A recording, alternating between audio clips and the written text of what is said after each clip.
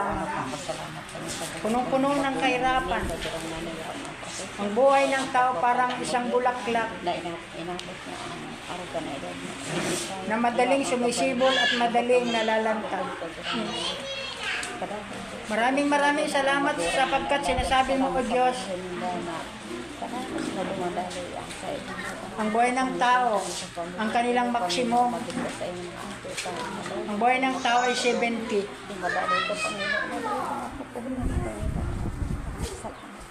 At ang magulang na ito, O Diyos, ay 85 years old na.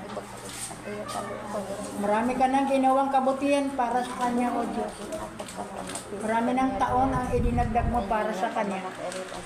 Kaya ngayon pong umaga, O Diyos, sa kanyang ika-85 birthday ngayong araw.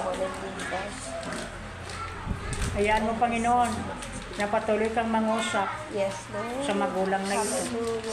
Pagkaloob mo po ang kagalakan, ang katuwaan, ang kasiyahan. Na sa buhay, sa panahon ay ibinibigay mo pa sa magulang na ito. Ma-enjoy niya ang kanyang buhay.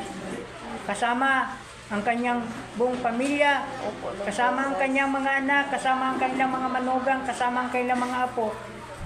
Sama-sama po silang masaya sapagkat ikaw ang Diyos na mabuti.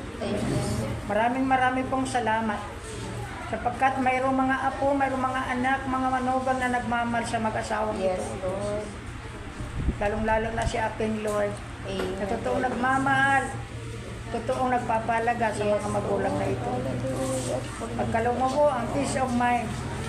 Pagkaloob mo po ang biyaya pagpapala sa buong pamilyang Biligas ngayon at magpakailanman sa pangalan ni Jesus. Amen. Happy birthday.